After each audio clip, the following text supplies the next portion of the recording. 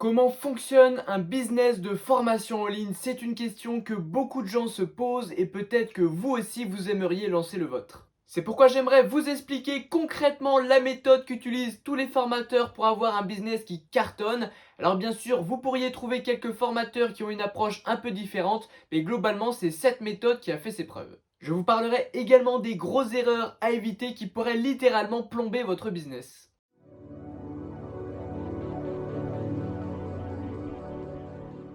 Bon d'abord, et c'est crucial, un formateur doit trouver un marché de niche. L'objectif c'est d'identifier une thématique rentable, c'est-à-dire une thématique dans laquelle les gens sont prêts à payer pour résoudre leurs problèmes, leurs frustrations ou même assouvir leurs besoins. Ensuite, généralement, on va se positionner sur une portion de ce marché, c'est ce qu'on appelle un marché de niche, et on va s'adresser à une audience bien spécifique de ce marché.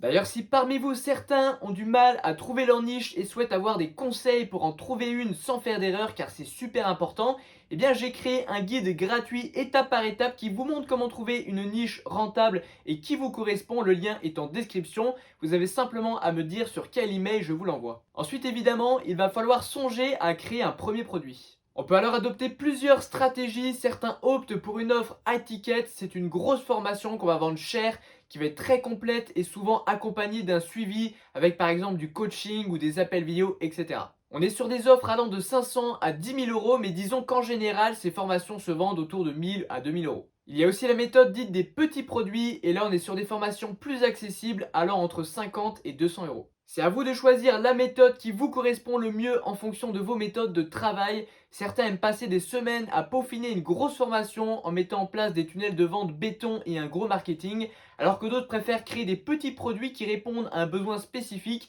et ils vont alors essayer d'en vendre plusieurs. Quoi qu'il en soit, la clé c'est d'essayer de créer des formations que les gens veulent et non des formations que vous avez envie de créer.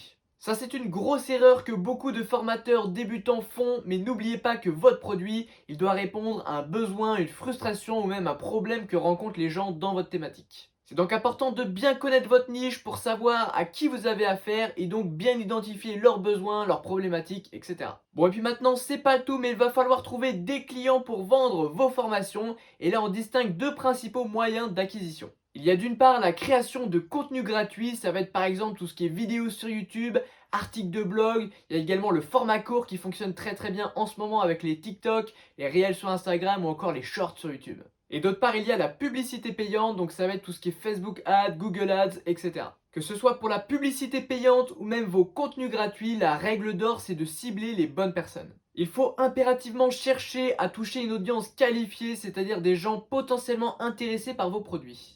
Ça demande bien sûr au préalable d'identifier votre client type, c'est-à-dire de vous demander quelles sont les caractéristiques principales de la personne la plus à même d'acheter vos produits, de sorte à pouvoir ensuite la cibler grâce à vos contenus. La publicité payante et votre contenu gratuit doivent donc vous permettre d'attirer de nouveaux clients. Par contre, il y a une grosse erreur qu'il faut absolument éviter, c'est de chercher à vendre directement sur vos réseaux, par exemple en vendant une formation dans une vidéo YouTube, etc., au lieu de faire de la capture d'email. D'ailleurs, si vous regardez bien ce que font les gros formateurs en ligne, vous allez vous rendre compte qu'ils ne vous vendent jamais ou pratiquement jamais leurs produits directement sur leur réseau. Ils font toujours de la capture d'email pour pouvoir ensuite faire de l'email marketing. Et contrairement à ce que beaucoup croient, l'email marketing est encore le meilleur moyen pour vendre. On vend clairement 3 fois plus qu'en essayant de vendre directement sur les réseaux. Je sais que ça peut paraître contre-intuitif, on a du mal à s'imaginer que le mail est encore un bon moyen pour vendre, parce que ça fait très longtemps que ça existe. On utilise très peu d'images, souvent c'est le texte qui vend le mieux. Et bien pourtant l'expérience prouve que ça marche encore extrêmement bien et que rien de mieux, il n'y a rien de mieux que l'email marketing. Vous devez donc apprendre à créer des landing pages ou pages de capture en français. Vous savez, c'est ces pages avec le fameux formulaire où on vous demande de laisser votre email. Ça vous permet de recueillir les emails de votre audience, c'est très pratique. D'ailleurs, si vous avez besoin d'aide pour en créer, j'ai prévu une vidéo prochainement sur le sujet pour vous montrer comment en créer facilement sans avoir à coder quoi que ce soit. Et puis d'ailleurs, si vous avez besoin de plus de conseils pour monter votre activité en ligne, particulièrement monter un business de formation en ligne, eh bien j'ai créé une newsletter gratuite dans laquelle je vous donne tout un tas de conseils, que ce soit en marketing, en vente, en copywriting, pour créer une audience, etc. Le lien est en description, ça se passe sur le même lien que pour recevoir votre PDF, alors profitez-en. Le but des pages de capture, c'est de les connecter avec votre logiciel d'email marketing, de sorte à ce que dès que quelqu'un vous laisse son email, eh bien elle sera automatiquement ajoutée à votre liste email sans que vous n'ayez rien à faire, ce qui vous permettra par la suite d'envoyer des emails de masse en un clic automatiquement à toute votre liste de contacts. Par contre, l'email marketing, c'est tout un art. Il vous faudra apprendre les stratégies de vente pour transformer un prospect en client. Vous devez donc vous former au copywriting, c'est-à-dire la compétence qui vous permet de vendre avec du texte. Donc si je résume ce que je viens de dire, après avoir trouvé votre niche, vous allez créer du contenu et de la publicité payante de sorte à capturer des emails, mais il faut impérativement que ce soit des emails qualifiés, c'est-à-dire qu'au préalable, vous ayez ciblé les bonnes personnes pour avoir les bons emails. Puis vous allez faire de l'email marketing pour vendre vos formations. Vous pouvez notamment automatiser vos campagnes d'email pour faire la promotion de vos produits. Voilà à quoi se résume le business model d'un business de formation en ligne. Vous voyez que c'est pas sorcier. Bon après bien sûr, j'ai tout simplifié, il y a d'autres choses qu'il faudrait prendre en compte, notamment le service client, etc.